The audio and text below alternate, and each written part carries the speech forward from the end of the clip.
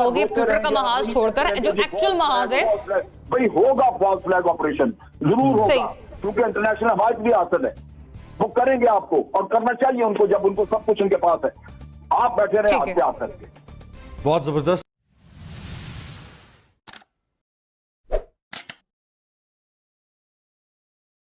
हाल जो हम देख रहे हैं, जिसकी तर्जुमानी ये हालात कर रहे हैं, जो DGISPR का रिएक्शन है, क्या हम कह सकते हैं कि भारत खित्ते में हालात जो है वो जंग की तरफ लेकर जा रहा है, हालात आने वाले दिनों में जंग की तरफ जा रहे हैं? इफ्तिखार अहमद साहब, क्या ओपिनियन है आपकी, आपकी क्या राय है इस मामले पर कि भारत जो है वो हालात को जंग की तरफ लेकर जा रहा है?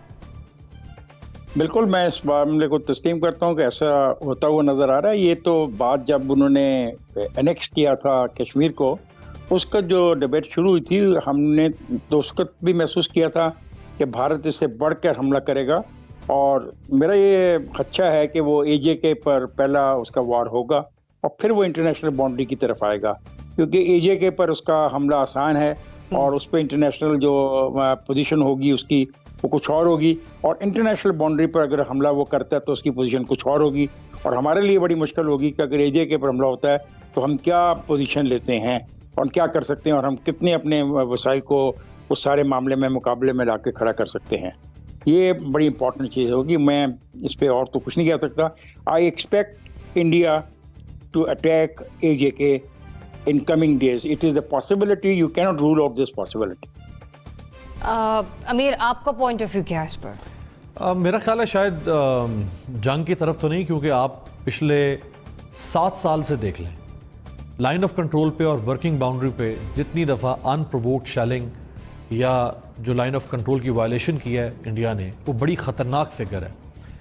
वो नंबर्स में भी और कैजुअलिटीज़ में भी, और जो पाकिस्तानी यानी हमारी तरफ से जो पाकिस्तानी कश्मीरी ज़ख्मी हुए हैं, ख़तरनाक और तशवीशनाक फिगर है।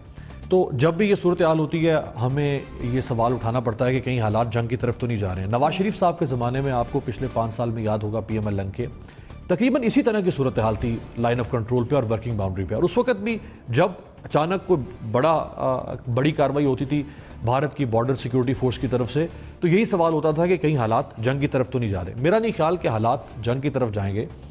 पाकिस्तान ने कोशिश की कि वो यूनाइटेड नेशंस के जो इंडिपेंडेंट ऑब्जर्वर्स हैं उनको लेकर जाए और दिखाए जो हमारी साइड से लाइन ऑफ कंट्रोल की सूरत हाल, और ISPR और आर्मी की तरफ से कई दफ़ा उन लोगों को ले जाके, और जो मुख्तलिफ एम्बेसडर्स पाकिस्तान के अंदर मुख्तलिफ मुल्कों के हैं उनको भी लेकर जाके दिखाया गया है, और वहाँ जो ज़ख्मी हैं, जो मवेशियों को नुकसान पहुँचा है, जो घरों को नुकसान पहुँचता है, ये सब कुछ इंटरनेशनल इंडिपेंडेंट ऑब्जर्वर्स को पाकिस्तान दिखाता रहा है।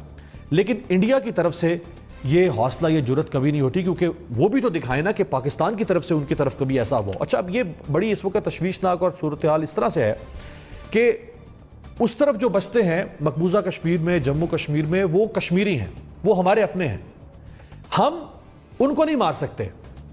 हमारी फौज की एक मजबूरी है, एक माजूरी है। हम अगर बदला लेना भी चाहें तो हम उस तरह से अनप्रोवोक्ड शेलिंग नहीं कर सकते हैं, हम गोलियों की बौछार नहीं कर सकते हैं, क्योंकि उधर जो मरेगा वो हमारा है। लेकिन भारतीय फौज जो है, उनको इस बात की कोई परवाह नहीं है कि वो अगर मकबूजा आजाद कश्मीर में या वर्किंग बाउंड्री के इलाके में अगर फायरिंग करेंगे तो वो किसको मार रहे हैं, क्योंकि वो तो पाकिस्तानी कौम को अपना दुश्मन समझते हैं। लिहाजा उनको इस बात की कोई परवाह नहीं कि वो गोलियों की बौछार कर रहे हैं तो करते रहे, 20 दर्जनों लोग मर जाए तो मरते रहे। हम हैंडीकैप्ड हैं, हम नहीं मार सकते इस तरह से। लिहाजा ये तो एक लॉजिकल पॉइंट है पाकिस्तान के पास कि पाकिस्तान नहीं कर सकता। हाँ, पाकिस्तान जब भी जवाब देता है तो वो उनकी चेक पोस्ट्स को, उनके फौजियों को, जो बॉर्डर सिक्योरिटी फोर्स है इंडिया की, उसको अटैक करता है। लेकिन हम सिविलियंस को अटैक नहीं कर सकते हैं, क्योंकि अगर हम उनको मारेंगे तो वो हमारे लोग हैं। तो ये सूरत हाल उठानी चाहिए इंटरनेशनल प्लेटफॉर्म्स के ऊपर, ये हुकूमत वक्त की जिम्मेदारी है। और ये सिर्फ ट्वीट्स के जरिए से इमरान खान साहब जो है वो समझते हैं कि शायद ये जो ट्विप्लोमेसी है ना, ये जो डिप्लोमेसी की अब नई टर्म आ चुकी है, ट्विप्लोमेसी, ट्विटर के जरिए से, शायद ये इफेक्टिव होगी। ये इफेक्टिव नहीं होगी। आपको एक्सपोज करना होगा और फैक्ट्स के साथ पूरी दुनिया को जाके बताना होगा कि पाकिस्तान में हो क्या रहा है और वहां से किस तरह शेलिंग होती है, क्यों होती है। और अच्छा, एक हॉटलाइन भी स्टैब्लिश है दोनों तरफ से। सही। उस हॉटलाइन का भी कोई ना कोई रिकॉर्ड होता होगा और पाकिस्तान अपना प्रोटेस्ट रिकॉर्ड करता होगा हमेशा वहां पे, उनकी तरफ रजिस्टर करता होगा कि उधर से कुछ कार्रवाई हो रही है। तो ये चीजें दुनिया को बताने की जरूरत है, प्रेशर डाल के भारत को एक्सपोज करने की जरूरत है। लेकिन भारत एक सॉवरेन स्टेट है, हमसे 3 गुना मईशत और दिफा के लिहाज से वो ताकतवर मुल्क है। जंग नहीं हो सकती है इस मामले के ऊपर, लाइन ऑफ कंट्रोल के ऊपर, लेकिन पाकिस्तान को जाहिर बात है एक आजाद, खुद मुख्तार और खुददार रियासत की तरह जवाब देना होगा। जनरल साहब, क्या है पसे पर्दा हकायक? LOC की सूरत हाल वाकई इस बात की तरफ इशारा कर रही है कि हालात जंग की तरफ जा रहे हैं? नहीं, देखिए ये जंग की तरफ यूं कह लीजिए कि बहुत सारी पॉसिबिलिटी है कि इंडिया कश्मीर में, आजाद कश्मीर में या नॉर्दर्न एरियाज में कोई बड़ा एक्शन करेगा। और उसकी वजूहात है, एक तो ये कि जो चाइना का इस वक्त इशू उनके साथ हुआ है उस पे इनको शदीद प्रॉब्लम्स हैं, बिल्कुल उनके यानी इंडिया के बस में नहीं है। नजर उम्मीद साहब, आपको लगता है कि हालात जंग की तरफ जा रहे हैं? देखिए, जंग की तरफ तो मेरा नहीं ख्याल के जाएंगे। इंडिया भी कोई फुल स्केल जंग अफोर्ड नहीं कर सकता, लेकिन ये बात जरूर है कि वहां पर जिस तरह के इस वक्त हालात हैं इंडिया में, चाहे वो माशी जबूहाली हो या ये कोविड-19 की वजह से लॉकडाउन उसके जो असरात हों, और मोदी का एक दूसरा टर्म में जो किए गए, जो उन्होंने वादे लोगों से किए थे वो बिल्कुल पूरे नहीं कर पाए। इसलिए उनको किसी भी एक मतलब को नान हुक्मरान की तरह एक डाइवर्जन की जरूरत है ताकि पब्लिक को किसी दूसरी तरफ लगाया जाए। ये एक ऐसा खेल है जो वो पहले खेल चुके हैं। ये पुलवामा वगैरह का जो हुआ था मामला, उसके बाद उन्होंने जिस तरह से उसको फ्रेम किया और अपने मुल्क में बताया तो, और उसे इलेक्शन जीत गए, तो उनकी अभी भी यही हथकंडा है कि किसी तरह इस टेंशन को ऊपर रखा जाए और ताकि लोग वो भूल जाएं कि वो लोगों की माशी सिचुएशन क्या है। हकीकत यह है कि हिंदुस्तान में इस वक्त इतनी ज्यादा अनएम्प्लॉयमेंट तकरीबन पिछले 10 साल का भी रिकॉर्ड टूट गया हुआ है।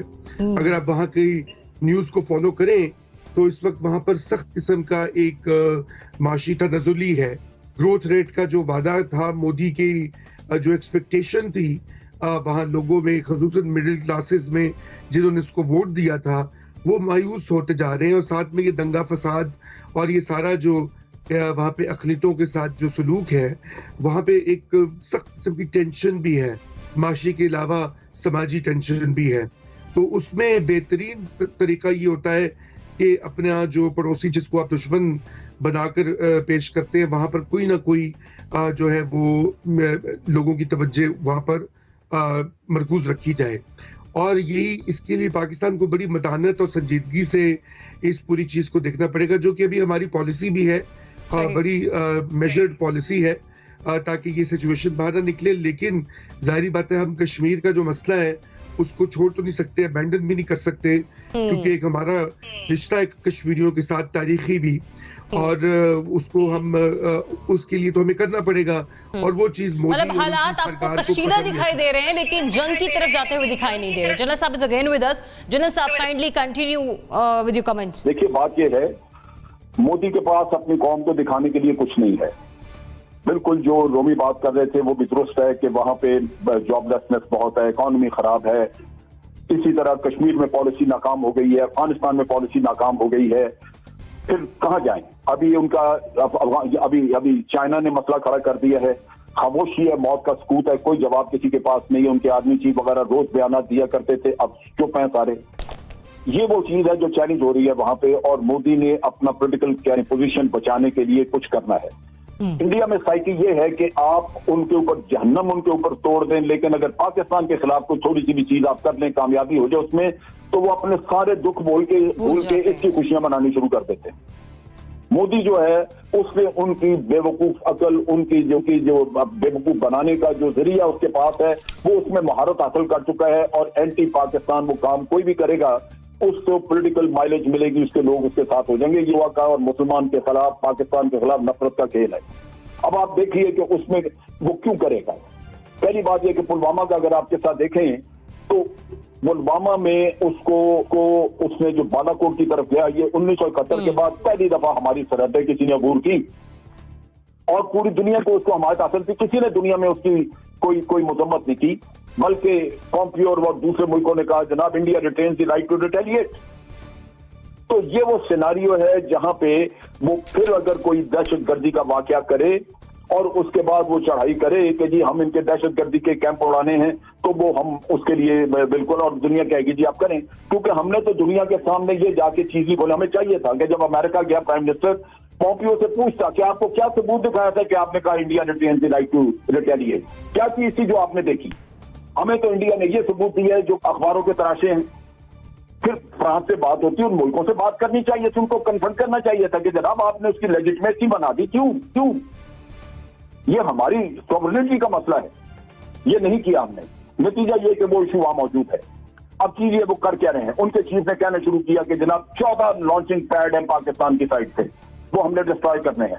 जब भी वो LAC के ऊपर फायरिंग करते हैं, बहुत हैवी वेपन से गोलाबारी करते हैं, वो ये कहते हैं कि जनाब हमने लॉन्चिंग पैड एंगेज किए। लॉन्चिंग पैड तो है कोई नहीं, हम तो कहते हैं यूनाइटेड नेशन देखे, लेकिन ये उनका बहाना, this is how they are building the narrative.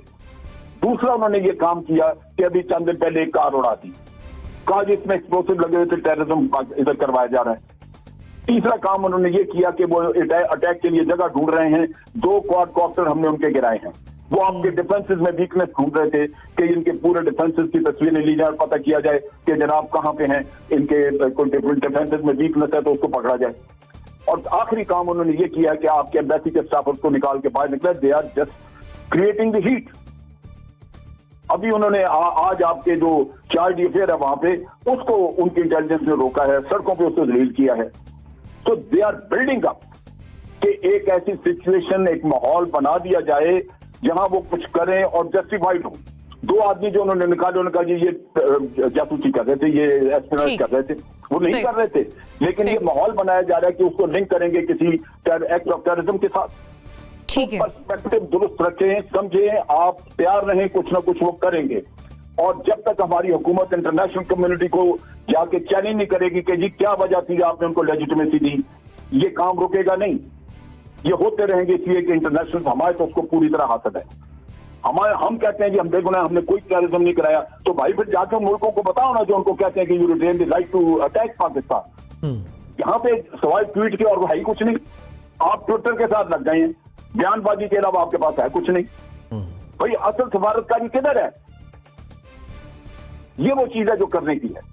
सही, यही वो हालात है कि पाकिस्तान को बेहतरीन सफारतकारी दिखाना होगी, ट्विटर का महाज छोड़कर जो एक्चुअल महाज है। भाई होगा फॉल्स फ्लैग ऑपरेशन, जरूर होगा, क्योंकि इंटरनेशनल हमारे भी हासिल है, वो करेंगे आपको, और करना चाहिए उनको जब उनको सब कुछ उनके पास है। आप बैठे रहे हाथ पे हाथ करके। बहुत जबरदस्त एनालिसिस जनरल साहब ने दिया है जिसपे। सिद्दीकी साहब।